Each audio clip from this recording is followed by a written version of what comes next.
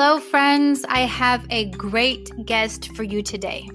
Performing and visual artist Nancy Illman graces the show to talk about her newest passion in life, which puts her in a softer limelight. Her wisdom on shining big and small has changed my script for future guests, and I trust you'll find our conversation both entertaining and uplifting. Now, I didn't receive any feedback last week about Natalie's Nonsense Corner, but she's back again this week. She's great. But the kid is not satisfied with her small segment and is brainstorming ideas for her own podcast, which she has tentatively titled The Kid's Sandbox. So, be on the lookout for special episodes in the future in which she takes the wheel, or rather, mic. I want to mention my newly launched Patreon page, which I'll link in the show notes. I have 2 tiers of patronage available to those who feel called to help support what it is I'm doing with my podcast and writing.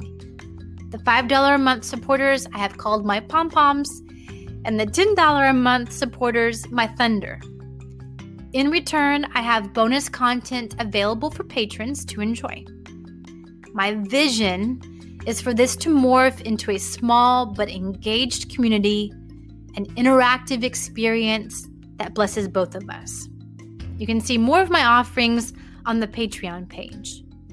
An example of bonus content is that along with this podcast episode that you're hearing now, I'll be releasing to patrons the recording of my hypnosis session with today's guest, Nancy. So patrons will get to see her in action. Now, I want to thank my first supporter on Patreon, one of my pom-poms, Jason. And Jason, you've always been very supportive. I want to thank you very much. Now, it seems that the universe, through different podcasts, articles, whatever, it has been encouraging us, collectively, to take our gifts and or passions, whatever it is that puts us in that flow state, more seriously. So you may notice that I've also updated my website. I've added a form to which you can submit your dreams for April-ish insights and suggestions. Now, I know that was a rather lengthy intro. Let's get to the interview. Thanks for joining me in Sheffy's Sandbox. I'm April D. Scheffler, and I invite you to play with me and my guest today, Nancy Illman. Welcome, Nancy. Thank you, April. I'm so happy to be here. It's exciting to be in your sandbox, and I love that you said play with me because I also refer to my business that way, as a play date. Well, in this segment, we pop into a virtual coffee house before hitting the beach. And being the benevolent host that I am, your order is on me. So what order do you give the barista? I thought you were being metaphorical. I'm like, where are we going with this? Okay, we're actually in a coffee house together on the beach.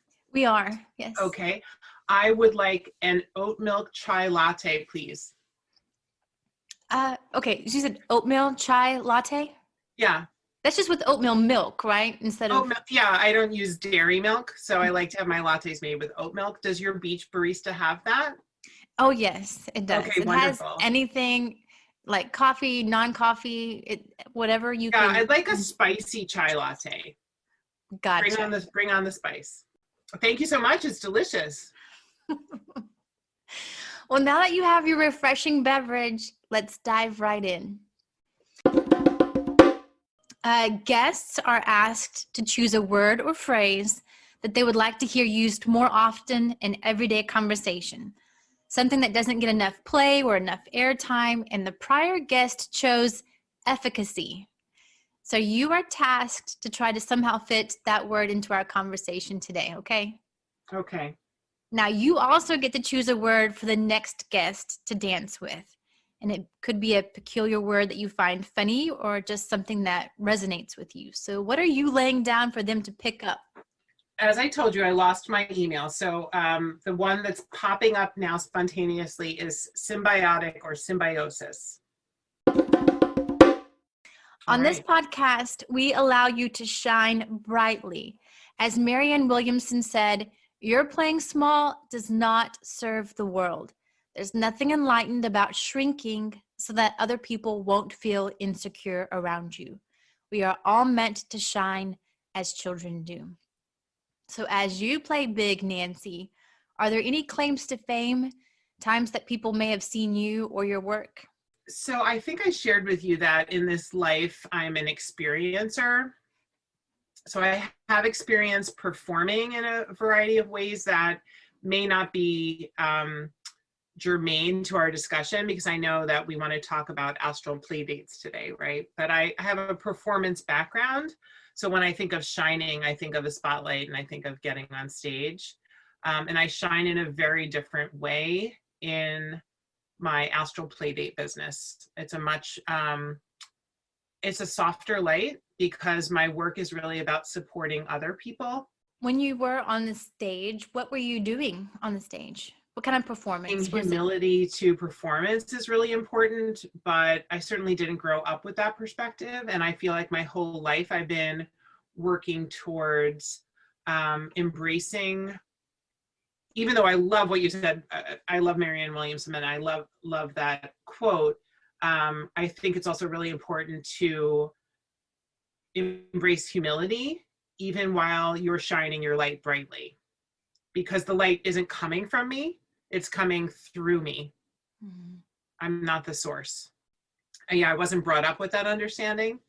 So I feel like that's a journey for me to get out of the way. The work is something that I'm able to channel for people. I actually have a wonderful, I know you want me to brag, but I have a bit of nature wisdom to share instead, if that's okay. Are we flexible enough that I can do this? I feel like I'm a candidate at a debate who doesn't want to answer the moderator's questions. No, feel free to answer the question, or kind of like when I have approached the Akashic Records with a question, right? They've told me before, your question is flawed. Your question is flawed. Okay, so Nancy doesn't want to talk about shining. I want to talk about the ocean and this new insight I had about the ocean. So when I sit at the ocean, I am so aware of its power, and from almost dying in a riptide, I'm extremely aware of its power. And in a session with a client recently, after sitting at sitting on the beach, looking at the ocean and perceiving that, we then suddenly were lifted up to a high cliff, looking down at the ocean.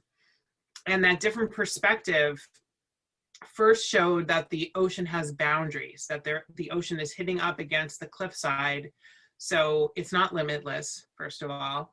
And then the wisdom that came in after that, I don't know if I can replicate the poetry of it, but it was something like,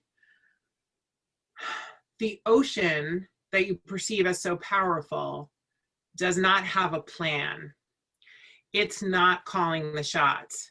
The moon and the wind determine the in and the out, the flow of the ocean. So this powerful wave is the ocean allowing forces to work through it. And it's expressing the power that's worked upon it. And I was just blown away by that. And I think I need to make a poster about, maybe paint the ocean and add some words from that to remind me, because I know the work that I do is powerful, but it was such a relief to remember that the power doesn't come from me, and I don't have that much work to do, honestly. The work comes through me, and my job is holding space and being a supportive friend, being a good listener, being curious, and the doing is very small, the doing part. I'm really being there for someone, and I don't have that much work to do. So that was a relief for me to realize from the ocean. Do you think that your parents instilled that in you initially, that you needed to make something of yourself? Absolutely. Yeah, absolutely.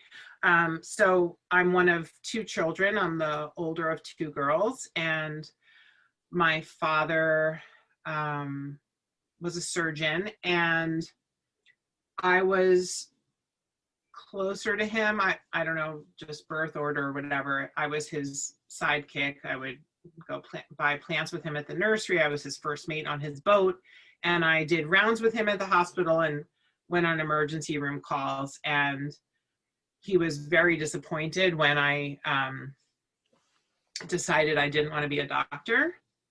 And he never really got over that disappointment. And I spent the rest of his life trying to find something worthy of, or to make up for that disappointment. But the culture that I grew up in, which if your listeners are familiar with, suburban Jewish family, Long Island specifically, the joke is you have the three choices: doctor, lawyer, or Indian chief. I guess because we were raised on stolen ancestral land. And then it became potato field, and then became suburban homes. I don't know, but that was the joke. You have three choices. So, and so you can guess probably from that I went to law school eventually. Because performing and being an artist, visual artist or performing artist, was not up to snuff. So I eventually, after wallowing in my parents' disappointment for a few years, I decided to go to law school. And it's actually good that I did, because I have such a trusting nature and this just very open-hearted, generous soul, almost childlike in some way, my nature, to learn and understand how adults are expected to function in the world, in the country, the United States, was not something that was covered in my high school education or my liberal arts English degree. I just didn't get it at all. The implied contract of certain words being spoken and the repercussions thereof just did not occur to me. So it was sort of a 3-year course in how to be an adult in America, and then I went back to being an artist with that knowledge. I also left my marriage, so it empowered me to recognize how terrible my marriage was, and that I was buying it, like by staying in it, I was buying into a paradigm. So family law taught me that, and because I saw myself in the case studies, and I just understood how adults navigate. So as an entrepreneur, it's really helpful to understand basic contract law, and I think it really should be part of every American education. But then there are many things that should be part of American education that are not. So how did your family react about the divorce? Is divorce something that was new? I was a pioneer. Yeah. I hadn't shared really about my marriage. I mean, when there was an expectation that I would grow old in New York, that my family, as I shared with you before the podcast, my grandfather came from Poland to Pittsburgh 100 years ago last November with his brother and mother, and then his father came later, and then eventually they had 4 boys in the family. And he moved to New York. He was a communist. He lived on Coney Island and eventually became a Republican. And he raised 2 girls in New York, and then one of them was my mother. And she's 81, still living in New York. Her sister's in her 70s living in New York. And so the expectation was that I would marry a Jewish doctor or a Jewish lawyer and grow old in New York. That was the, so I found my Jewish lawyer at college. And so check that box of family expectation, right? And then went to law school during the marriage. And then we left for Ohio. That was not part of the plan, but I had accidentally chosen somebody who really wanted to move back where he grew up and did not want to stick with his Wall Street career or his Park Avenue career. So when I left during my pregnancy, when I left, my family was devastated. But because I was moving to be part of a more prominent family, which is something that small cities have lots of. I mean, I feel like every small city has those families that think they're special. They were like, oh, okay, so, you know, like she's leaving New York, so that's a tragedy, and she's going to a place that we never intended to ever visit, because, right, New Yorkers don't go to Ohio. But she's joining this prominent family and they're very important there, so she'll have a good life. Like, I kind of get where they were coming from. But they weren't exactly happy with him or with my moving to the flyover zone. But I didn't share the way my marriage functioned because I was ashamed. I had low self-esteem. I think from having no sense of direction, from having disappointed my father, from not knowing what I would find to replace medicine as something I could do well. And I didn't feel honestly worthy of love. I went to college for two things: to find something that I could do better than music, because I wasn't allowed to pursue that professionally, and that was my passion growing up.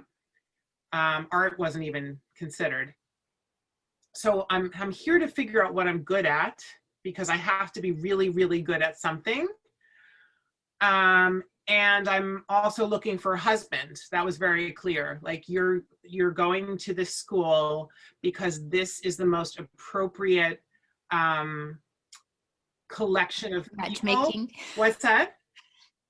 The most appropriate matchmaking. Yes, exactly. I was pressured my whole childhood to get my grades to be high enough to get into Harvard. It's not so very specific. So here you are, Nancy. We have a very challenging package in you. A very, like, it's no wonder that I read Victorian literature in college, because this is so Victorian. You know, like Jane Austen, like the daughters are like, this one's more marriageable than the other. So here's the problem about Nancy. She's very bright and outspoken. That's a problem, right? For a husband to take on. She's also very tall, and you know how men like to be taller than their bride. So that selects out most of the population. So we need somebody taller than her, but Jewish men tend to be on the short side. So we have to go where there are a lot of Jewish men to find one that's tall enough and then willing to put up with her. This is basically what is being presented to me. Like, you're a very challenging package. We want to maximize your chances. So your job is get your grades up, because freshman year they weren't that great. You need to get into Harvard if you want to get married, if you want to find someone to put up with you, that someone we would approve of. So yeah, I was not, my classmates are shocked. My classmates had families who were selling their home to pay for tuition for their child to have a career, who were sacrificing in every way you could imagine and then some, so that their children could have a chance to make something of themselves. My parents were able to pay full price for the tuition so that I could, like you said, be in the ideal matchmaking pool. And I was, and I, it was, you know, it was the 80s. So it was post Betty Friedan enough that I took a class called The Politics of Women's Liberation. Like, this was the mainstream conversation. And I knew that I was supposed to be a feminist. I got the feminist award graduating from high school. And yet I was in this incredibly 50s mindset about what my education was for. I was there for an MRS, but I couldn't tell anyone that. So this is all to answer your question. I think, did they approve? Is that what you asked me? Did they approve of my divorce? So the reason I knew that it would be okay with my family that I got divorced is that when I came home to visit everyone in New York, right after leaving my husband, my grandfather gave me a set of red luggage. He didn't say anything. He didn't have to say anything. I just thought that was such a powerful gift from just everything about it. It had wheels, which was new. My mother is still surprised by things I've revealed to her recently that happened during my marriage. And she's so like, you never told me that. And I'm thinking, well, I didn't tell you because you would have blamed me, which is part of the reason.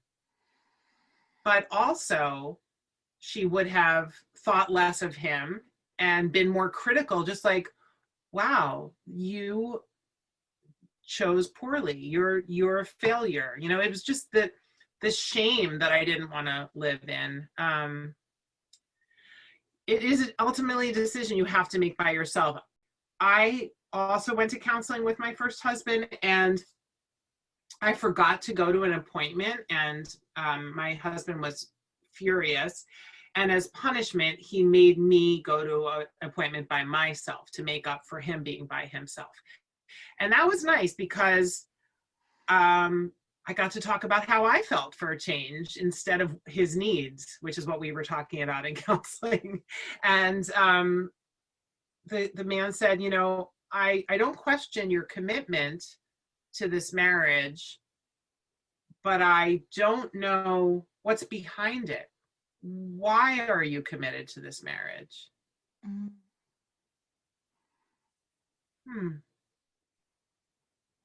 I couldn't think of a reason. I couldn't think of a good reason. So that was my counseling. I also started seeing a therapist on my own. I don't even know how many hundreds of miles away. I mean, Ohio to New York, it's pretty far. It was too far for me to get myself back to see family. I felt I felt a million miles away. And scared to be by myself. And I had been taught that I couldn't support myself. I was explicitly taught, you will not be able to have the lifestyle that you're accustomed to or that you would want unless you marry a certain type of man. So the implied in that is you could certainly not do it by yourself or with an inferior provider, right? So I was scared. I didn't really have a strong belief in myself, but I had to find it. And everyone has to reach their rock bottom. But the therapist said the strangest thing to me. He said, well, you know, I was going back and forth. Do I leave? Do I stay? Do I leave? And he said, well, you're certainly going to be, when I guess I had decided and articulated it. He said, you're certainly going to be more popular, more likable. More popular. I don't remember which one he said. I was like, that's a little strange. Very strange. What are you saying? How can that be? And he's like, well, you're kind of intimidating. I mean, it seems like you have everything. Yeah, like your life seems perfect and you're not that approachable. From if someone doesn't know you, they just see the, you know, your clothes, your figure, your house, your baby, you know, like you have all the trappings and it's like, where's the humanity? So weird. Oh, wow. But I think what I learned from pondering that very strange exchange was, and what I now understand, but I really didn't then in my 20s, it is our brokenness that makes us human.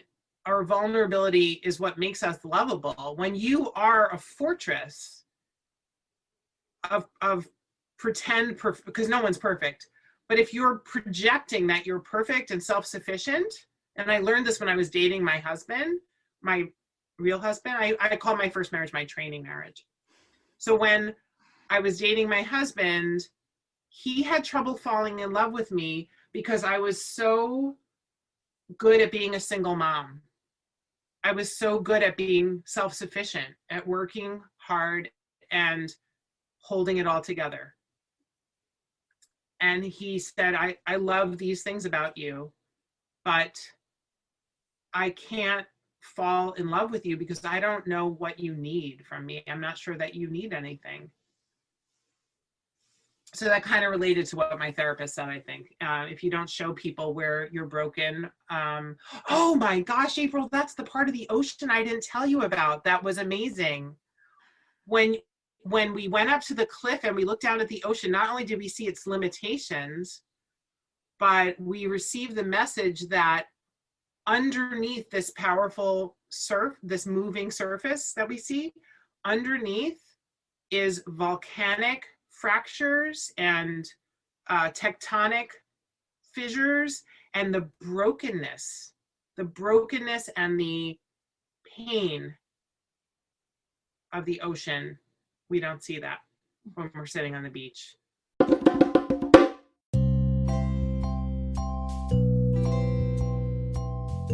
Hi, my name is Natalie Rosna, and now it's time for, drumroll please, symbol, ding, nonsense with Natalie, dun dun dun.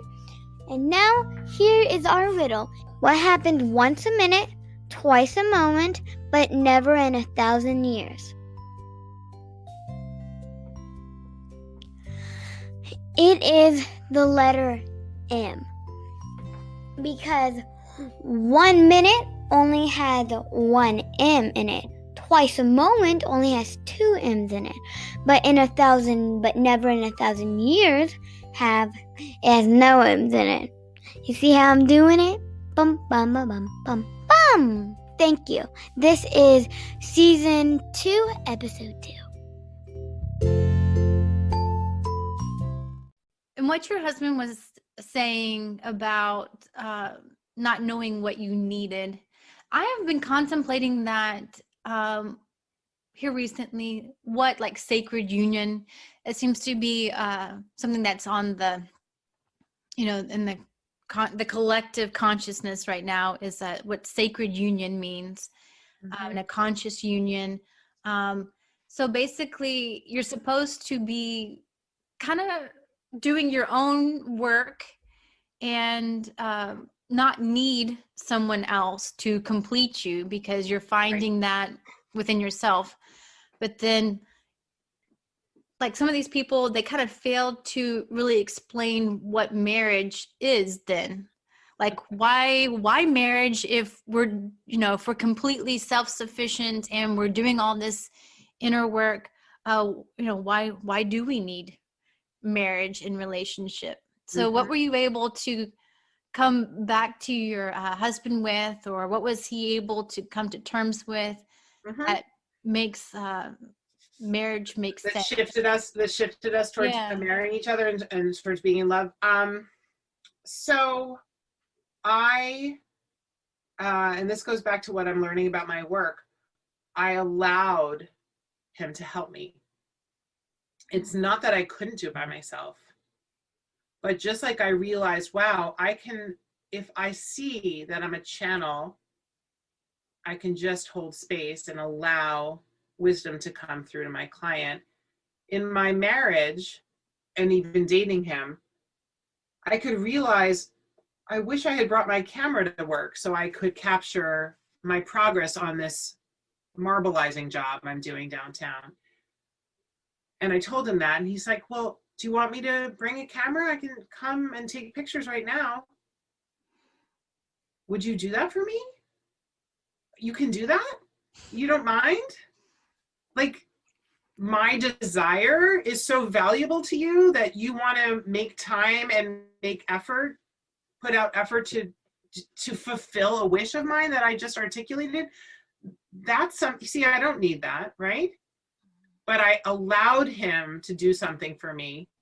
It felt great. It felt amazing that to realize that I was valued, that my desires mattered, because they didn't matter at all in my first marriage. I was absolutely there to be of service. And being of service can be very fulfilling, right? Nurses, and so, I mean, I am a service provider, but if you're in a partnership, you're not supposed to be a service provider. You're supposed to be asking, could you please pick up dinner? Could you just figure out dinner tonight? If you don't want to cook it, just please take that off my plate. Or whatever it is that you've taken on for yourself as your role, to be able to say, I can't do this today. I'm overwhelmed, I'm tired, or I don't feel well. And to have a partner who knows that their identity, it's not your friend who you're asking a favor of, it's not your next door neighbor or your cousin, is someone who's committed to being your partner. And the two of you become this superhuman together, which is what single moms expect of ourselves, that we'll be superhuman, right? Every single mom is superhuman. And yet I see single dads who are not asking that of themselves. They're asking their mom to cover for them, their girlfriend to cover for them, their ex-wife to cover for them. And they're really good at continuing to ask, especially women, to do all the things that were done for them when they were married. And women just exhaust and overextend themselves trying to be everything. So I did that for a little while, and then when I heard this message from Paul, I thought, oh, okay, I'm going to let him do things. So it didn't diminish me. I gave myself that gift of trying on a partnership for the first time in my life, where someone was putting our relationship at the top of his priority list. I said to you, I'm a very open person, because you asked me, what would you like to talk about or not talk about? So I said, I'm very open. I'm a channel and I'm an experiencer. I've worked in a great many fields: retail, international marketing, decorative painting, aromatherapy, Reiki healing, health and nutrition coaching. I've done food demos. I've been an art teacher for adults and for toddlers up through age 17 for kids. I've been a professional dog walker and doggy playgroup facilitator, and I've worked as a poverty attorney at Legal Aid. I've served in a priestess role, performing several types of rituals for healing clients, including home energy clearing ceremonies after divorce or other trauma. All my life, I've been an artist. I'm a musician and a visual artist, and I've acted and sung on stage, most recently playing Fraulein Schneider in Cabaret 2 years ago. But when I'm performing on stage, I tend to be playing the violin and not as a soloist, so in chamber music or orchestra. I have 3 living sons, born in 1994, 2000, and 2002, and another son in the spirit world. He was a fraternal twin to my eldest son. I've been married since May 1999 to my second husband, Paul. I'm a Scorpio, so is my husband and my middle son, and we live with a dog and 2 cats. We're a Jewish family. My eldest son is a professional actor, and my middle son attends Brandeis University, where he's majoring in linguistics and music. My youngest son wants to become an orchestral or choral conductor. I absolutely love being with young children, and 5-year-olds are probably my favorite. I adore making friends and do it all the time, which has been a little harder during the pandemic, but not impossible. And I enjoy being in very close long-term friendships. I absolutely love taking astral journeys with all sorts of people. It's such an amazing way to experience immediate intimacy. And it feels like the biggest honor and privilege to encounter other people's spirit guides, or to meet, or rather witness meetings with deceased loved ones, and to be able to witness and receive signs and wonders in this context.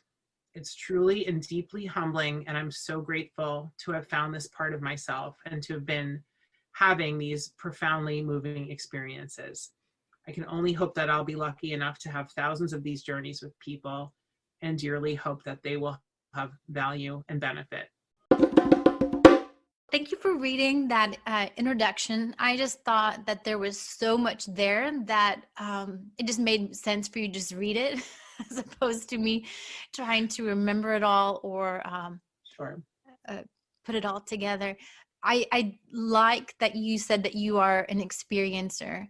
And one thing I covered in a previous podcast episode is called abundance, is that even the things that we see as failures in our past or we didn't like so much, the universe was like showing me during a hypnosis session one time that it wasn't a mistake, that life is simply about experiences, and that I had choice back then, even though I didn't feel like it. I felt trapped.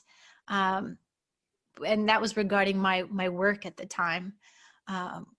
But yeah, I just love that we're here to experience, and it sounds like you've done a lot of experiencing. And I also noticed in there you included how with the hypnosis sessions, the astral play dates, that there's immediate intimacy.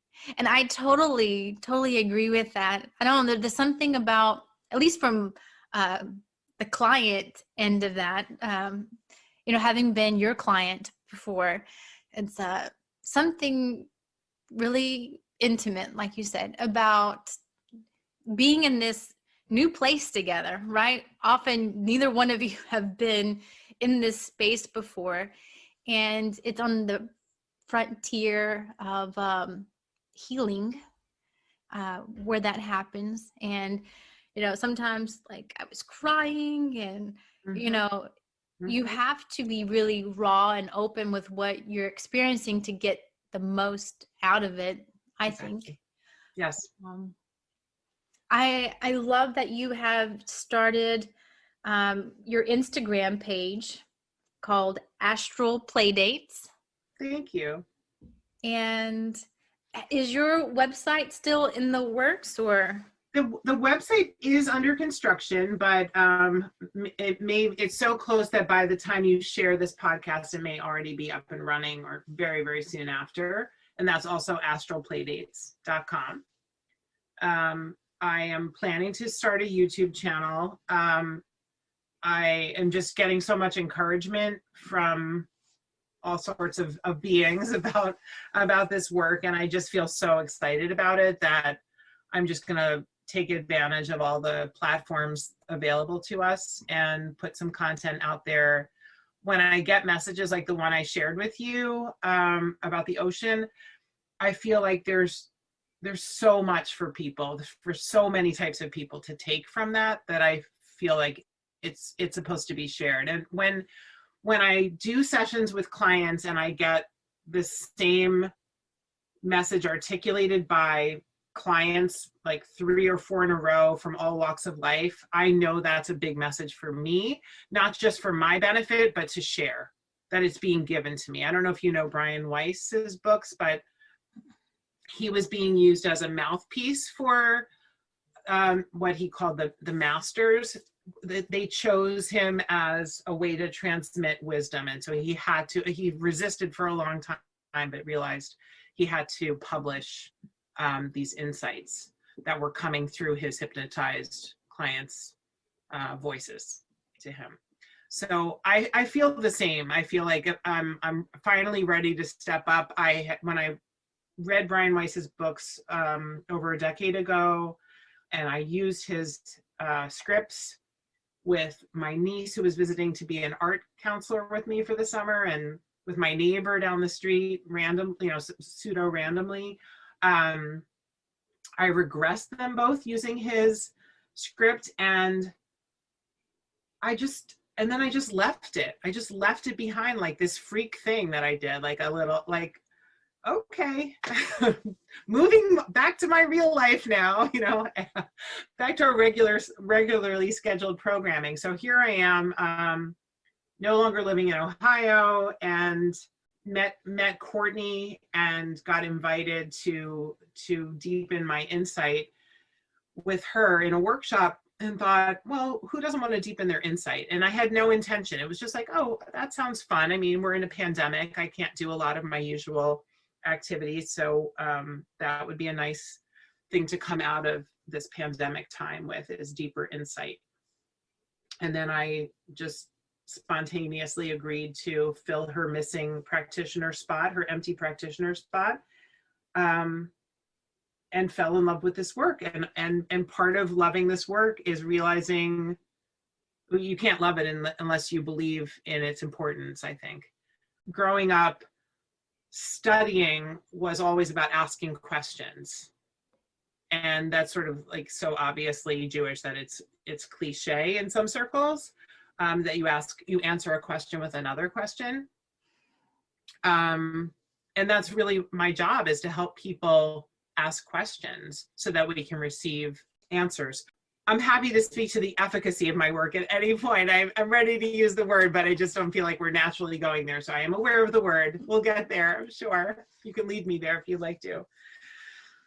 Not that I answer questions directly, do I, April? I don't even know what I was answering. I love it. I love it. So, keep thinking about how we're not discussing anything that involves efficacy. You know what? I want you to not worry about it, because I don't. I was like being the little, the word police, at the very first. And then, but then there was early on, it didn't take very long. I was like, oh, we've gotten to the end, but you haven't said your word. And they're like, no, I did, remember? And they repeated it back. I'm like, oh gosh, you know what? I'm just going to say it, put it out there, and then I'm not even going to think about it the rest of the, okay. So no one's going to be, I guess we could get some fan mail, be like, that Nancy. We can talk about it. I think what comes up for me about that is related to the ocean message, is that one of the things that I do that I'm trying to do less of, I'm just trying to do less in general, but I was putting pressure on myself as I became more comfortable leading people through sessions, astral playdates, if you will, to add value, to be this wise woman. I'm laughing at myself as I tell you this, but it's true confessions. And the ocean message was one of several messages. Spirit was like, oh, she's not getting it. Let's put it in another metaphor. Let's put it in another metaphor. I finally got it. So the ocean was not the first way that I was being told, your job is allowing. Your job is allowing. Being a channel is not being a wise woman. They're two different things. So, when I will get to be a wise woman, either in my 90s or when I'm in a different dimension and I'm channeling through someone else, right? There's a time for and a season for everything. Embracing this work, this chapter of my life, of my diverse experience life, the point is healing. The point is for the client to receive healing, receive wisdom, receive love, receive an awareness of their nature and the nature of the universe, like their place in it. And if there's going to be any efficacy in that process, it's not going to be obtained by my putting in my 2 cents. And what I've found is that by inviting some friends, especially a life coach friend, to be a client, like really outspoken, strong, feisty women as my clients, I got the constructive criticism that when I put in my 2 cents, it's actually disruptive.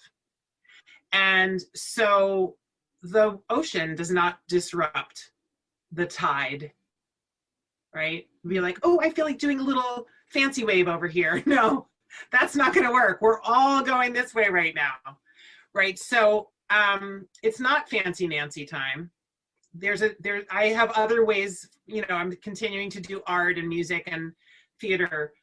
This work is allowing. And so focusing on the goal, the purpose of this is the client's goals should be met. And so I want, if I'm going to do a good job, then the client is going to have the most efficient and effective session. And the beautiful relief of realizing this is that I'm doing less. So that is how it's healing for me.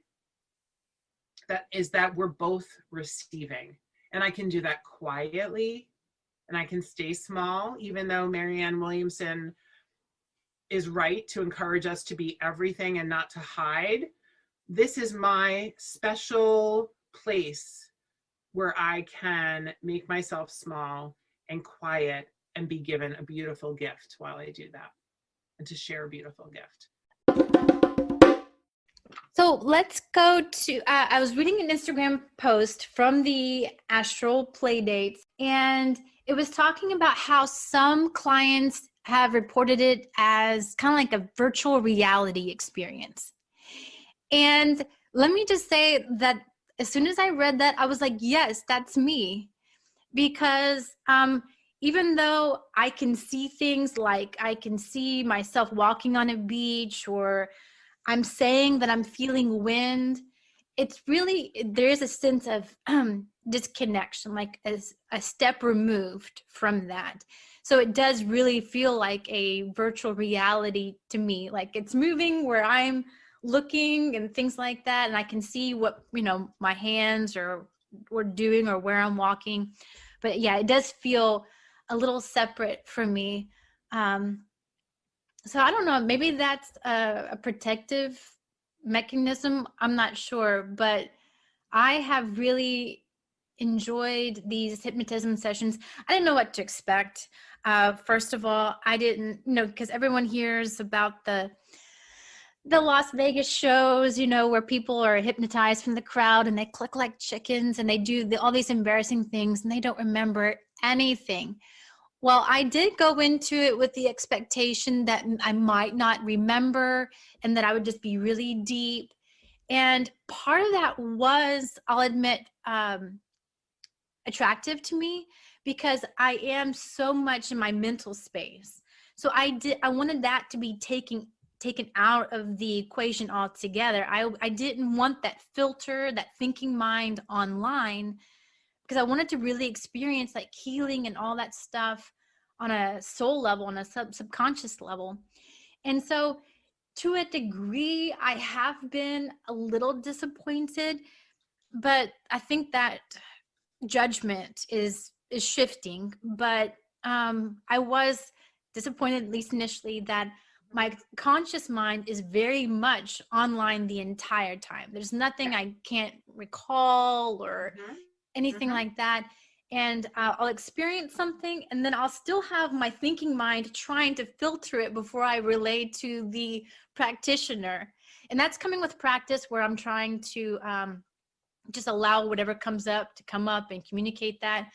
But yeah, at least initially, I was like having to like play out what was in this virtual reality experience. I was having to kind of let it play out a little bit to see if it made sense before telling the practitioner what was happening, right? Just so that it didn't sound too off the wall or anything like that. But I think also what has been really cool about this workshop, this series of hypnosis sessions that we're doing in this January workshop with Courtney, at least from a client's perspective, is that not all of my eggs are in one basket. So hopefully by the end of the 8 sessions, each with a different practitioner, I'm going to be able to look back and see a theme or a progression of healing.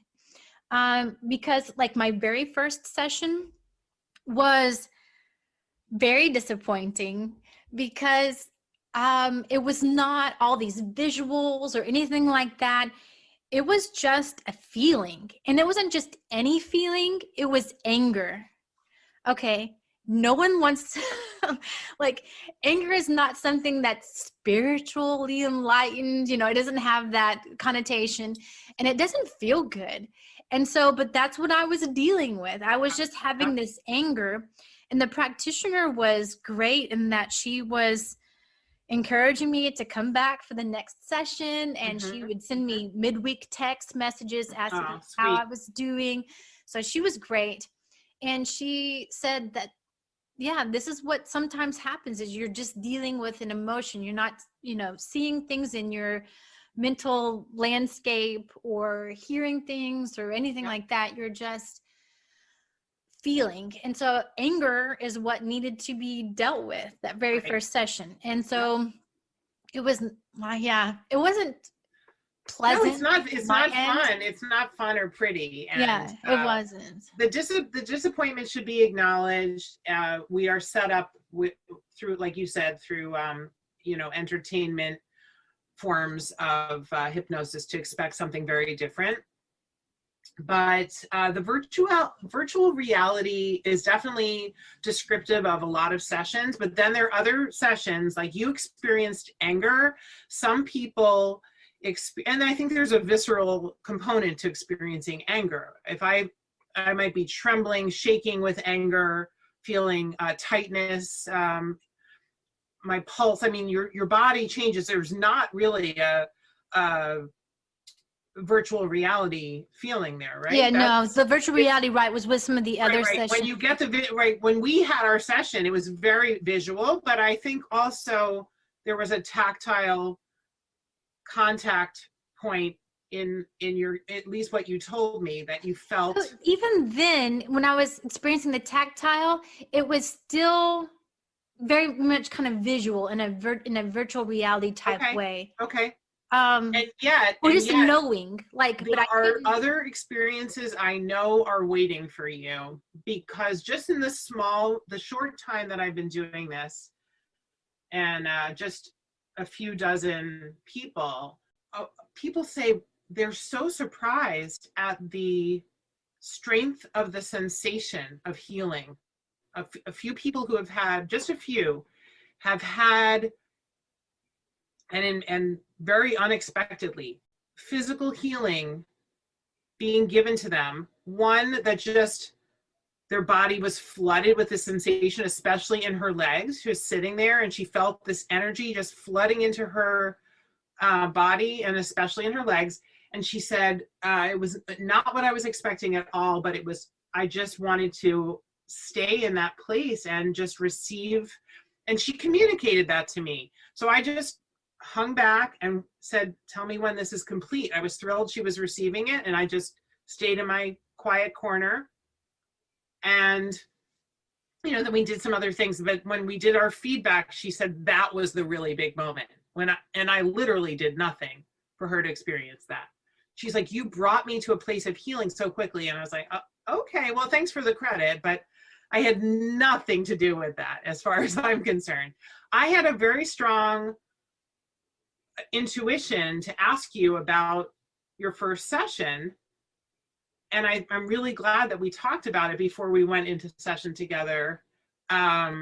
Because even though your practitioner did a beautiful job processing it and encouraging you, I think, as I told you at the time, there's so much judgment we put on ourselves that our experience is not measuring up to what we've seen in the movies or in a show. So I think the example I gave you was darkness. Darkness caused one of my clients anxiety and fear. And it's hard to know whether you want to narrate everything, whether you want to vocalize everything. I don't think you should. So don't criticize yourself for censoring yourself, or you can take your time before you share what you're experiencing. And the practitioner needs to be patient and wait for you to have a full experience or a full segment of experience before you feel like it's a good time for you to speak.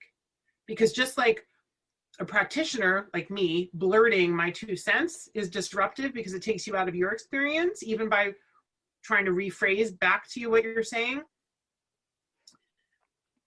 so too does yours forcing yourself to speak take you out of the experience you're meant to have.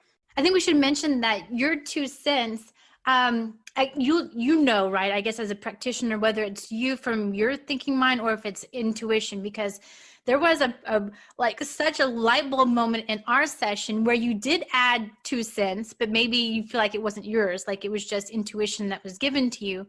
But I'm so glad you did insert your observation, because that was like, it just made all the pieces fit together. I was like, oh, wow. Thank you for saying that. So I'm getting mixed feedback. And the question that's coming up for me, and I'd love your opinion, is should I hold on to that for the post-game analysis? I just felt like you brought some very intuitive insights both during and after the session. And I was asking the Akashic Records about, my dream interpretation business that I'm trying to get set up with. And it's the kind of thing where the people who are supposed to come to you are going to find you. And it was telling me that not everyone's going to find value in what I offer, and that that's completely okay. And that, but the people who do need to connect with me are going to be the ones to find me. And even if they have a horrible experience, I guess they needed to have that experience to be able maybe to compare something going forward, or like, okay, maybe this is not what I want. So they know now what they are looking for. I don't know. But I think it's fantastic that you're actually putting it out there for people to connect and ask for your help in navigating some healing. The podcast I just released was with a hypnotist. Do that. Thank you for talking about how none of the healing happens with the thinking mind, because it's the subconscious mind that has all the patterning, the programming that we act from. Right. In order to make any lasting change, is what she was so geared towards. She wants lasting change is by guiding people to the subconscious place and finding that healing within themselves. Yeah. Well, don't worry too much that you're aware of what's happening. I think it's possible to shut off your conscious mind and still be awake. I think that's what's happening, because your conscious mind was not driving the bus during our session. I think we just have unrealistic expectations. People are looking for so many ways to shut their conscious mind, from drugs to binaural beats. Eben Alexander was in a coma and then spent, do you know him, Eben Alexander? Mm-hmm. He wrote Proof of Heaven, and then I forget the title that followed that, but he was a neurosurgeon teaching at Harvard Medical School, I believe, and he was an expert in the anomalous experience he had. He was in a coma of the type that only occurs in infants. Like, he knew from a medical perspective that it was impossible that his body would be doing, but his colleagues saw him there in the ICU and processed it the way they were trained to do, and meanwhile he was having an ecstatic experience in a life between lives kind of zone, and came back to health, consciousness and health, and he was completely changed, and he didn't fit into his world anymore. He didn't fit with his wife anymore. He didn't fit with his colleagues anymore.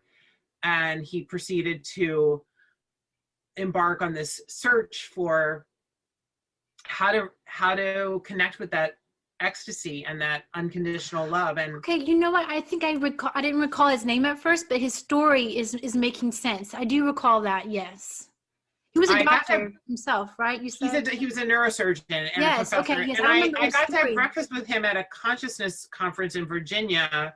He came with his new life partner, who he met in this search, because she markets what she calls sacred acoustics, and it's using highly engineered sound to suppress conscious cognitive activity. Mm.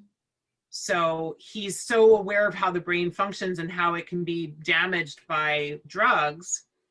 He knew he didn't want to do permanent damage to himself. So he was really exploring alternatives. And we had an experience with Karen's Sacred Acoustics, and they're wonderful. And I came very close to buying a $15,000 chair. I didn't do it. One of my clients, my Reiki client, he was in a National Institute of Health rehab program or research program where he didn't have to pay to recover from alcoholism and drug addiction, but he was a subject. And I was invited to visit him, and while he was living in the hospital, and he's like, you have to check out these chairs. So they surround you. They're still open, but you sort of climb. It's almost like a womb.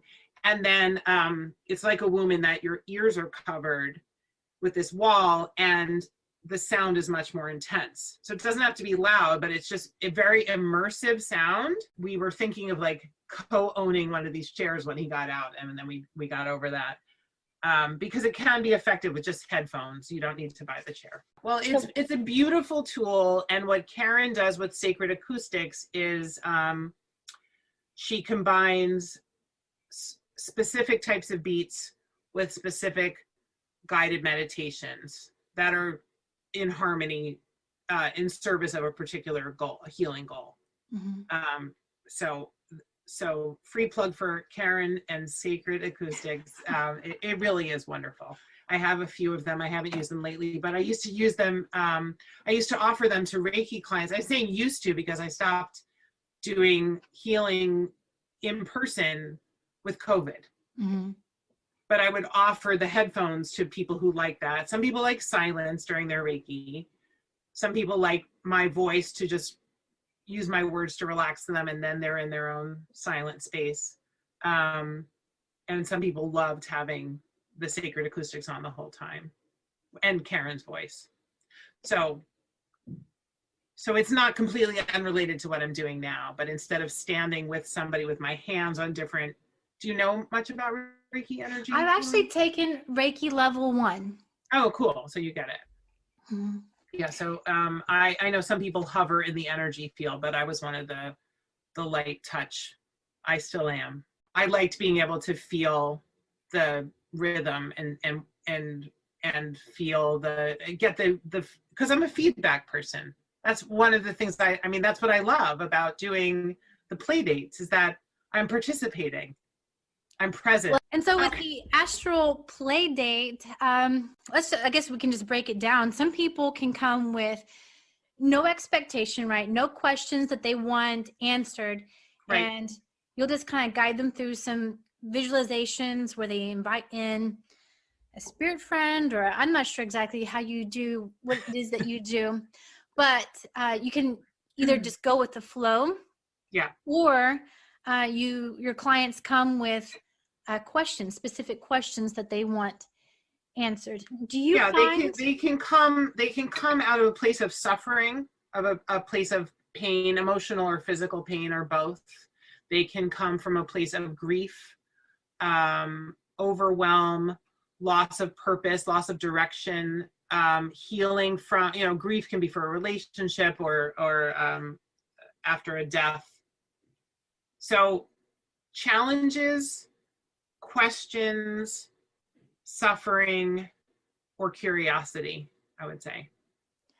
Question for you. Do you find that for most people who come with a specific wounding or issue that they want addressed, that the universe meets them there and that gets addressed?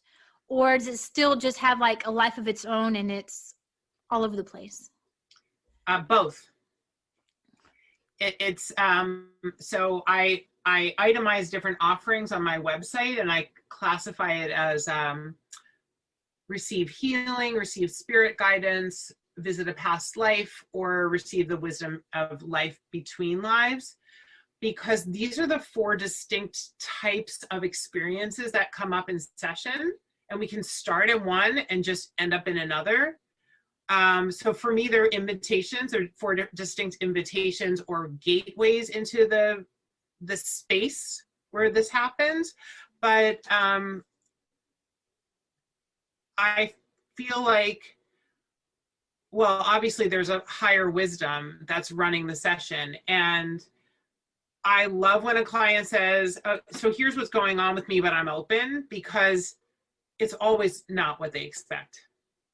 It's never what they expect. Right, because if it was what they expected, then they could have probably done it already. They could have done it themselves. They could have sat and meditated. They could have had a mantra based on what they expected. I will be told that I am good the way I am. I am be told that I am lovable with my imperfections. You know, whatever, fill in the blank. But no, it's what we don't know that we don't know, and what we don't know we need. So you have to bring that sense of adventure and openness. You don't have to, but there's a greater efficacy in the experience. There's a greater efficacy in healing if you bring curiosity, humility, a not knowing. What I posted today on Astral Pleiades was a quote from Rabbi Abraham Joshua Heschel. I've been thinking about him this past week because he was such a close friend of Reverend Martin Luther King Jr. They were arm in arm crossing the bridge in Selma in 1965. And can I just bring up something? Like, yes, in Martin Luther King Jr., we all have this great idea of the person he was, but then, in his personal life, he was making several, questionable choices that other people could cast judgment on. And it just reminds me, when we go back to the fact that it's not us who's doing the work, we're just allowing. And so you were talking about, that pressure of being that wise woman, you know what I'm saying? Yes. Yeah. Well, actually, what I was going to say that Rabbi Heschel said that resonated for me so much that I shared it on Instagram is, he said, we're closer to God when we are asking questions than when we think we have the answers. So the less arrogant we are, the more wisdom we can receive. Okay. So if you show up at your session, and I know my physical therapist has patients like this. They're like, this is what's wrong with me, and this is what I need you to do. I need ultrasound on my scapula. I need you to manipulate my, really? Okay. Thanks for doing my job for me. So when you come to the session just receptive, without the answer of what you need, you're going to receive, you're going to be, it's so obvious. It's like circular reasoning, but if you're open to receive, then you're going to receive. And if you're only open to receive a visual experience with butterflies, then you're going to be disappointed. So I'm not criticizing you, because I went through the same disappointment, because I had an expectation and my sessions have not met them. So I'm looking forward to being a client again, because that's a tremendous opportunity for growth as a person, but also as a practitioner. And I also, just as much as I want to return to the practitioner role with deeper and deeper humility and allowing, I also want to come to my next client experience as just an empty vessel. How can people find out more about you and follow what you're making in your own sandbox? Thank you so much, April. I mean, you're broadening, you're widening my circle of awareness just by sharing this conversation, sharing your listenership with me, and I appreciate that so much. I do want to help the people who are looking for me to find me. So I've created a website, which will be live soon, astralpleiades.com. That's also the name of my Instagram and my Facebook and my future YouTube channel. So I'll just keep everything very simple and consistent as I produce content. It's just with the intention that it will come into people's conscious mind, and hopefully something in them will resonate from the images and words that I share, and they'll feel called to get on a Zoom call with me and and have a play date. I love how in the Lifestylist podcast, Luke Story ends his pods asking his guests this question, so I'm including it in mine. Who have been 3 teachers or teachings in your life that you might share with our audience that they could go research and also learn from? Well, I've mentioned a couple of authors today who had tremendous influence on me. They're Brian Weiss, MD, and Eben Alexander, MD. My Reiki teacher is Bruce Davis. He lives in Cincinnati, Ohio. Courtney Starkey is who brought us together. So she is a teacher of mine to whom I am very grateful. She was also a past life regression therapist for me at a time where I really needed the wisdom from that I received by visiting a past life with her. And I hope this doesn't sound too hokey, but I do feel like my greatest teachers are in the spirit realm, and I'm so grateful to be connecting to that wisdom now.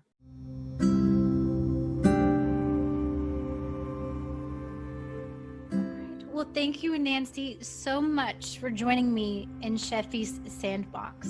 Much love. I have had a delightful time. Thank you so much, April.